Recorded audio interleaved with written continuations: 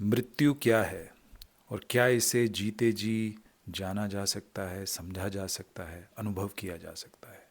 ये दो सवालों पर हम बात करेंगे आज। मान लीजिए बचपन में आप अपने कज़िन के घर जाते हो। आपका मनपसंद कज़िन है। बहुत मज़ा आ रहा है, चाय पकौड़े खा लिए है। अभी आप अपनी मनपसंद गेम खेलने बैठे हो उसके साथ। शतरंज खेलने वाले हो, लूडो खेलने वाले हो। और धीरे धीरे गेम जो है वो ऐसे पड़ाव पर आ गया है जिसमें बहुत रोमांच हो रहा है। आगे क्या होगा? उसी वक्त आपके पेरेंट्स आ जाते हैं और कहते हैं चलो यहाँ से। वो दोपहरी जिसमें बहुत मज़ा आ रहा था अचानक से ख़त्म हो जाती है। मृत्यु में भी कुछ ऐसा ही होता है ना, अचानक अंत हो जाता है। ये सीधी सरल सी बात तो सबको पता है कि मृत्यु में सब कुछ अचानक से ख़त्म हो जाता है। कोई टाइम नहीं मिलता कि ये कर लो वो कर लो, अच्छा ये गेम बाकी है ऐसे ख़त्म कर दो। अचानक से समाप्त। और इसी कारण जो है हम जुट जाते हैं, हमारी पूरी सोसाइटी जुटी हुई है दुनिया के अलग अलग कोने में। जैसी ज्योग्राफी है उस हिसाब से जो हमने एक्सप्लेनेशन दे दिया है कि बाद में क्या होता है। जितनी लोगों की समझ है, जितनी डेप्थ है, उस हिसाब से एक एक्सप्लेनेशन दे दी गया है। और ये सारा एक शोर सा बन गया है।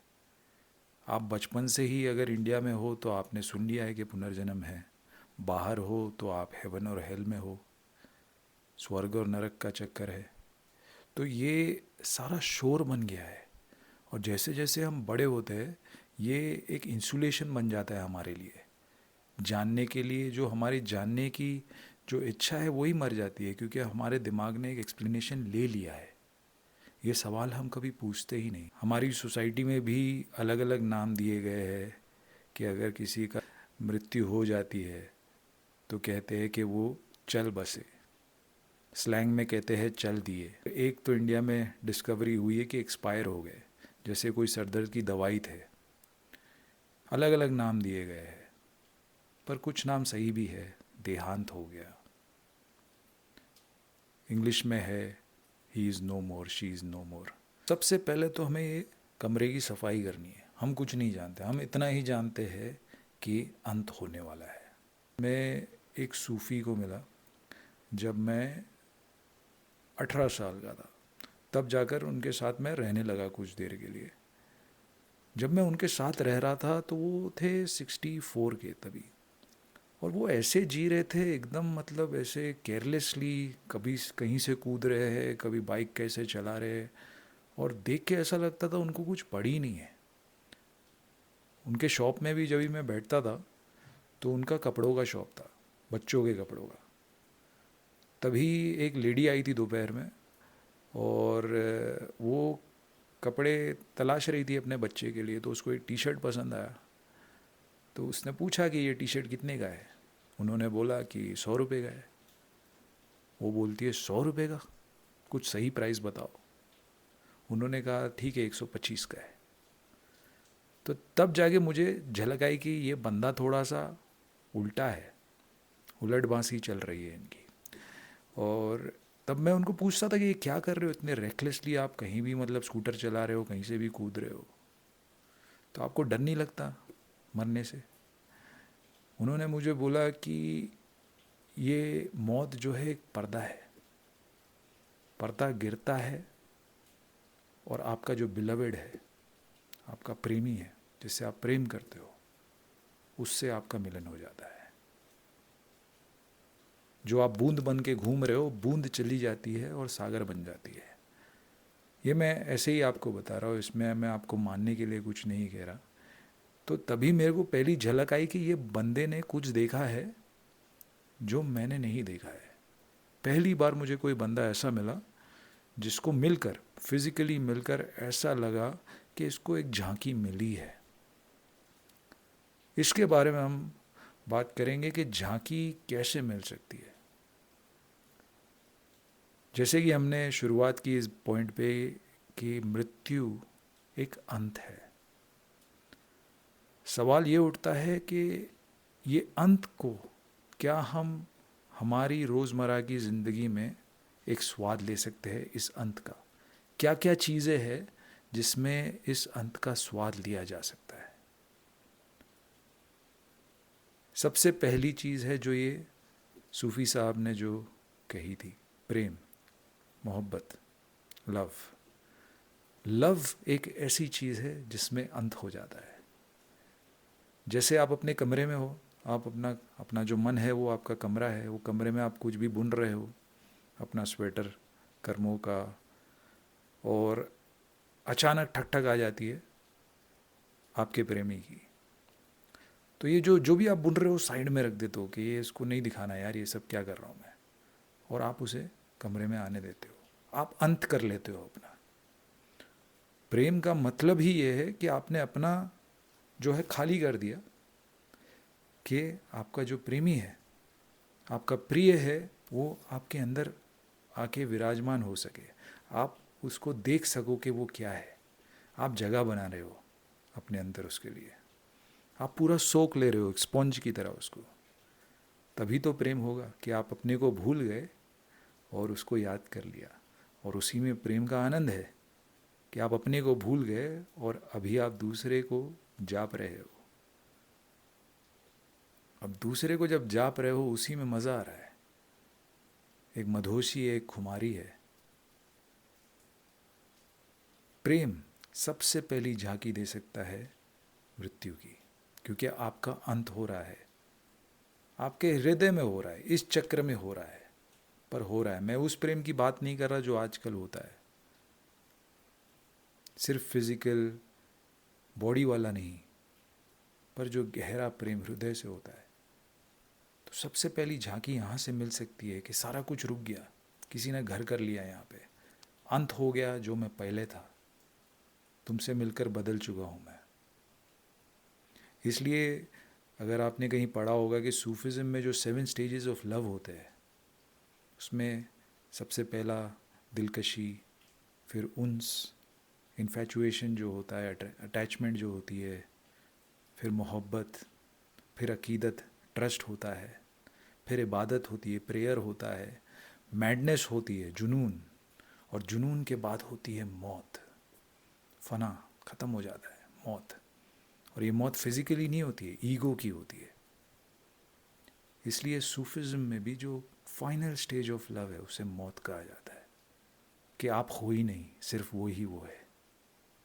और जब आप हो ही नहीं तब तो कुछ भी नहीं रहता, वो भी नहीं रहता। एक स्टेज आ जाता है जब सिर्फ मौत रहती है, फना हो जाता है इंसान। प्रेम में सबसे पहली झांकी मिल सकती है। आप शुरुआत करते हो एक इंसान के साथ में, पर धीरे धीरे आप इस प्रेम को हर किसी में देखने लग जाते हो। फिर आपका प्रिय हर जगह है, जो भी आता है सामने वो आपका प्रिय है। आपने कैसे डिसाइड कर लिया कि कौन है कौन नहीं है, तब जाके ये जो प्रेम है डिवाइन लव हो जाता है, किसी बॉडी से अटैच नहीं होता। शुरुआत की ग्लिम्पसेस जो होती है, खिड़की जो खुलती है एक इंसान से खुलती है, पर अंत जो होता है उस पे होता है। अब उसका नाम लोगों ने अलग अलग दिया है, बात वो नहीं है। पहली हमने बात की प्रेम की, दूसरी झांकी की बात करते हैं। दूसरी झांकी है ध्यान। क्या होता है ध्यान? ध्यान के भी आजकल अलग अलग जो है डेफिनेशंस है, लोग अलग अलग ध्यान सिखा रहे हैं, माइंडफुलनेस सिखा रहे हैं, कंसंट्रेशन सिखा रहे हैं, श्वास पे ध्यान देना सिखा रहे हैं, अलग अलग ध्यान सिखा रहे हैं। पर जो उसका बेस है ध्यान, वो आपका फ्लो ऑफ अटेंशन है, जो कोई ऑब्जेक्ट के बिना भी चल रहा है, जो आपका नेचुरल स्टेट है। आप अगर अपने नेचुरल स्टेट में पहुंच जाते हो तो आप ध्यान में हो। उस ध्यान के बाद समाधि आए ना है वो आपका काम नहीं है, पर आप अपने नेचुरल स्टेट में जब आ जाते हो, उसमें क्या होता है, जैसे एक तालाब है जिसमें ख्याल चल रहे हैं, ऊपर नीचे वेव्स आ रही है, जा रही है, रिपल्स आ रहे हैं। आप बार बार जो है चाहतों के पत्थर फेंक रहे हो उसमें, और वो जो तालाब है वो पूरा परेशान है। जब वो पूरा शांत हो जाता है, आप अपने नेचुरल स्टेट में आ जाते हो, आपको ध्यान हो जाता है। जो ये ध्यान होता है उसमें भी एक अंत है, ख्यालों से ही तो बना है सब कुछ। आप जब ख्याल नहीं होता तो क्या होता है? ध्यान जब गहरा गहरा होने लगता है तो ख्याल जाने लगते हैं। फिर ख्यालों के बाद जो है आपकी अस्मी जो है, सेंस ऑफ आई है, वो भी धीरे धीरे जाने लगती है। आप सिर्फ हो, आप ज़्यादा सोच नहीं रहे हो कि मैं हूँ। जो आपका सेंस ऑफ आई है वो भी एक प्रोजेक्शन है, वो भी एक एहसास है। धीरे धीरे वो भी जाने लगता है और एक अंत सा आ जाता है। उस अंत में ध्यान होता है। और जब आप अनुभव करते हो कि ये पूरा तालाब शांत हो गया है, उस अंत में आपको फिर से मृत्यु की झांकी मिलती है। इसलिए बहुत लोग डर जाते हैं जब पहली झांकी होती है ध्यान की। किसी किसी को जो है बहुत गहरा आनंद होता है, समाधि का अनुभव होता है, सतोरी होती है, बहुत कुछ होता है। पर किसी किसी को बहुत डर लग जाता है, क्योंकि पहली बार मृत्यु का एहसास हुआ कि क्या होती है मृत्यु। और ये सारा जो है तुमसे नहीं हो रहा है, तुम जो अपना आई है उससे नहीं हो रहा है। ये तो बियॉन्ड में हो रहा है सारा कुछ। उसको पता है कि आपको झांकी कब देनी है वो मृत्यु की। धीरे धीरे आपकी दोस्ती होती है ध्यान में मृत्यु से। पहले तो सिर्फ मन शांत होता है, धीरे धीरे बॉडी से भी कनेक्शन कम होने लगे। ऐसे भी एक्सपीरियंसेस हो गए आपको। और उसमें डर लगता है कि जब बॉडी भी जो है कम से कम महसूस हो रही है या हर जगह महसूस हो रही है, एक ऑर्गेज्मिक एक्सपीरियंस होता है, पीक होता है कुछ। तीसरा रास्ता है कर्म का, जिसमें आप अपने को भूल जाओ कोई चीज़ करते करते। कि अगर आप कोई चीज़ से प्रेम करते हो, कि आपको कोई आर्ट से प्रेम है, आपके काम से प्रेम है, कोई आपको सर्विस देनी है, उसमें आप अपने आप को भूल जाओ तो भी एक अंत आ जाता है। जैसे कि एक संगीतकार हो। मैं जानता हूँ मेरे एक दोस्त को जो अभी 20 साल से मैं उसे जानता हूँ, वो गिटार बजाता है। और वो उसको पहले से ही गिफ्ट था उस चीज़ का। इतने सालों में वो तराशते जा रहा है, तराशते जा रहा है, तराशते जा रहा है। वो ऐसे स्टेट में आ गया है कि वो, उसका पर्सन जो है वो ये म्यूज़िक है। तो उसने उस संगीत को वो पीक तक लाकर खड़ा कर दिया है कि वो अपने को भूल जाता है उस संगीत में। अगर आपने उस पीक तक लेके आए तो धीरे धीरे संगीत ही रह जाता है, आप नहीं रह जाते। तो कोई भी चीज़ में, इसलिए आर्टिस्ट इन सारी चीज़ों को छू पाते हैं। जो ध्यान में झांकी मिलती है वो आर्ट में भी मिलती है, क्योंकि सिर्फ आर्ट रह जाता है, आर्टिस्ट गुम हो जाता है। या कोई सर्विस हो, बहुत लोग जो है एनिमल्स के लिए करते हैं, जानवरों के लिए करते हैं। कितने लोगों को मैंने देखा है जो जब कोई जानवर को दुख हो रहा है तो ऐसे कि उनको दुख हो रहा है, उनकी बॉडी है, जानवर की बॉडी नहीं है, तो वो अपने को भूल जाते हैं। फिर से वो क्यों कर रहे हैं इतना, क्यों कर रहे हैं? और जानवर को रोज़ वही देखना विजुअली कितना डिस्टर्बिंग होता होगा, पर क्यों कर रहे हैं? क्योंकि प्रेम बोल रहा है अंदर का, सर्विस बोल रही है उनकी कि खुद को भूल जाओ, वो करो। तो एक कर्म में भी अपने को भूला जा सकता है और फिर से उसमें आपका जो ईगो है उसका अंत आ सकता है। ये 3 झांकियों के बारे में मैं आपसे बात कर रहा हूँ। अगर आपने नोट किया होगा कि ये जो 3 जो पथ है, एक भक्ति योग है जो प्रेम की बात की, राजयोग है ध्यान की बात की, और कर्म योग है।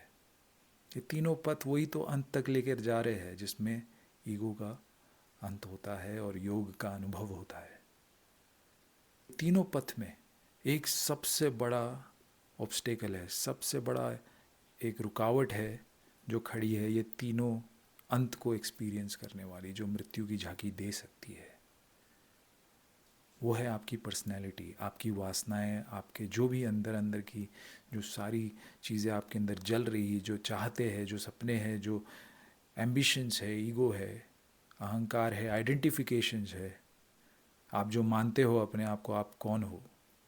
तो ये सारी चीज़ें रुकावटें बनेगी। ध्यान करने बैठोगे अगर, तो ये रुकावट आ जाएगी, अरे मुझे ये चाहिए, मुझे ये बनना है, मैंने ये अब तक नहीं किया, पास्ट में मैंने ये क्या किया था। ये सारी चीज़ें ऑब्स्टेकल बन के आएगी, आपके आइडेंटिफिकेशन ऑब्स्टेकल बन के आएंगे। इसलिए चैलेंज है ये पर्सनैलिटी को समझा जाए, ये वासना को कैसे भस्म किया जाए। प्रेम में भी यही रुकावट देगा। प्रेम में थोड़ा सरल है कि सामने ही दिख जाता है ये ईगो है, पर आपके सारे एम्बिशंस वो प्रेम के अगेंस्ट खड़े रहेंगे। अगर प्रेम के पथ पे चल रहे हो तो थोड़ा ज़ीरो होना पड़ेगा। कर्म भी अगर कर रहे हो तो ऐसा सोच रहे हो कि कोई तारीफ करेगा, अहंकार उसमें भी आ सकता है। तो ये अहंकार जो है हर तरीके का पथ है, जो भी आपका डोमिनेंट है उसमें अगर आप कोशिश भी करो डिज़ोल्व होने की, तो ये पर्सनैलिटी खड़ी हो जाएगी वहाँ पे। मैं अपना पर्सनल एक्सपीरियंस शेयर करता हूँ कि जब मैंने ध्यान करना शुरू किया तभी मैं बहुत यंग था, तो ये झांकी मुझे तीनों से आई है। मैं ऐसे ही आपको कहीं पढ़ लिख कर नहीं बता रहा, ये तीनों तरीके से मेरे अंदर झांकी आई है, और इसके लिए मैं शेयर कर रहा हूँ कि मुझे अंडरस्टैंडिंग डेथ की यहाँ से आई है। कोई किताब से अगर मैंने ली होती तो वो एक मान्यता होती। तब मैं ध्यान करने लगा, मैं बहुत ही यंग था, तो मैंने इतना अपने ऊपर बोझ लिया नहीं था एक्सपीरियंस का, मेमोरीज़ का। मेरा दिमाग थोड़ा सा साफ था। तो जब भी ध्यान में जाता, बहुत बार ऐसा होता कि ऐसा लग रहा है कि भाई अभी बहुत दूर चल देंगे, और फिर वो डर का अनुभव होता था। फिर मैं अपने गुरुजी को पूछता था कि ये क्या हो रहा है गुरुजी। तो वो कहते थे आपकी दोस्ती हो रही है, मृत्यु से दोस्ती हो रही है। धीरे धीरे जो है समाधि का जो स्टेट है उसमें आपको कंफर्टेबल किया जा रहा है कि आप डर ना जाओ। और प्रेम में भी ऐसा ही होता था।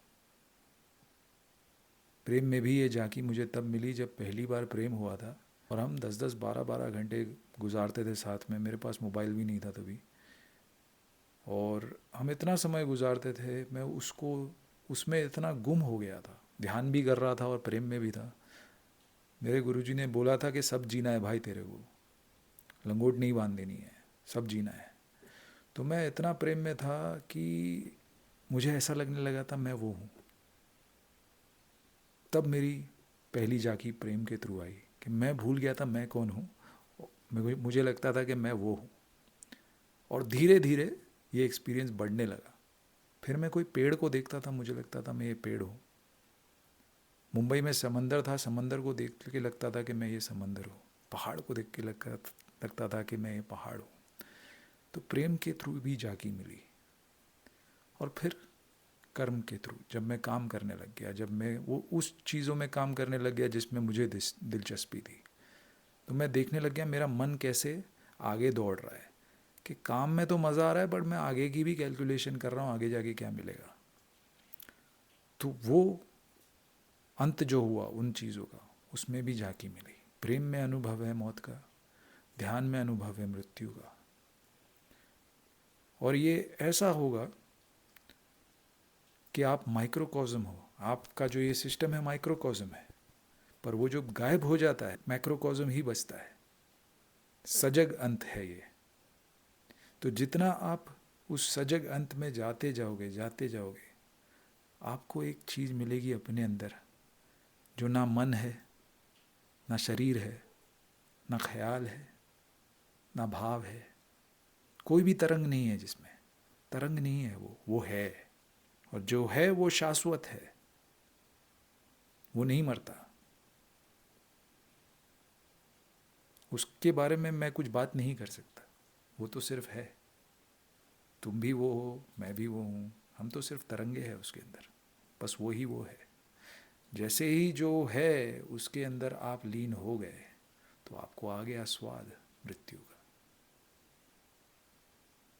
हाँ, शरीर का तो मृत्यु है, शरीर में पेन है, दर्द है, सब कुछ है, पर जो शाश्वत है उसका आपको स्वाद आ गया, तो फिर आपको वहीं जाना है, घर लौटना है।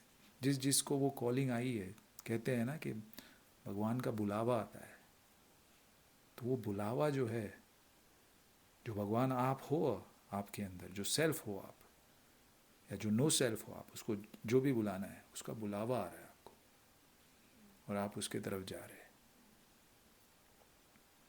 तो ये 3 चीज़ों को आप डिस्कवर करने की कोशिश कीजिए। प्रेम, सिर्फ रोमांटिक प्रेम की बात नहीं कर रहा, जो 7 स्टेजेस की बात की हमने। फिर ध्यान को समझने की कोशिश कीजिए। आप पतंजलि योग सूत्र पढ़ सकते हैं, ध्यान जिसमें 7वां अंग है, और फिर समाधि है। अच्छे से स्टडी कीजिएगा कि ध्यान के बारे में भी बहुत बात करनी है। अभी तो मतलब इस वीडियो में वो ध्यान के बारे में बात इतनी नहीं करनी, पर ध्यान के भी बहुत सारे एस्पेक्ट्स है कि कैसे ध्यान की जो सारे डिस्टर्बेंसेस है कैसे जाया जाए, कैसे सहज तरीके से ध्यान में जाया जाए। और कर्म भी है, आपके कर्म जो डेली आपको जो इंटरेस्ट है उसको भी देखिए। ये 3 चीज़ों को आप समझ लीजिए अपने जीवन में, तो मृत्यु का बहुत जवाब मिल सकता है। फिर पुनर्जन्म का भी जो है उसका भी आपको समझ आएगा। धीरे धीरे ये सारी समझ आपके पीछे से आएगी, आपके अंदर से आएगी। आपको कोई बाहर से बताने की ज़रूरत नहीं पड़ेगी। ईगो को अगर आप समझ लेंगे तो पुनर्जन्म भी समझ लेंगे, कॉन्शियसनेस को समझ लेंगे, उसमें स्थिर हो जाएंगे, तो पुनर्जन्म समझ में आ जाएगा कि ये खेल क्या चल रहा है। सब अभी ही अभी चल रहा है। और एक आखिरी बात जो मुझे कहनी थी कि ये सारी 3 चीज़ें और मृत्यु, ये सारे 3 रास्ते और मृत्यु जिसकी हम बात कर रहे थे, उसमें अगर आप देखोगे तो समय नहीं रहता, टाइम का अंत हो जाता है। कुछ टाइम के बियॉन्ड चल रहा है सब कुछ। प्रेम में भी टाइम का पता नहीं रहता। आप प्रेमी के साथ बैठो, ध्यान में भी समय का पता नहीं चलता, समय गायब हो जाता है। ख्याल नहीं चल रहे ना, जितने ख्याल चलते हैं उतना समय लगता है, पर जितने आप लीन हो उतना समय भाग रहा है, फिर तो पता ही नहीं चल रहा। आप कोई काम करो जिसमें आप लीन हो जाते हो, समय का पता नहीं चलेगा। मृत्यु में भी ऐसा ही है, समय चले जाता है। और भी आगे शेयर करेंगे, ये पहला वीडियो था मृत्यु के ऊपर, और भी बात करेंगे। और अगर आपको और गहरा उतरना है तो आप ये किताब ज़रूर पढ़ सकते हैं। हु एम आई, रमणा महर्षि को पूछे गए कुछ सवालों का जवाब है जो उन्होंने दिया था। बुक क्या, ये तो बुकलेट है, आप ये पढ़िए। ये हु एम आई जो सवाल है,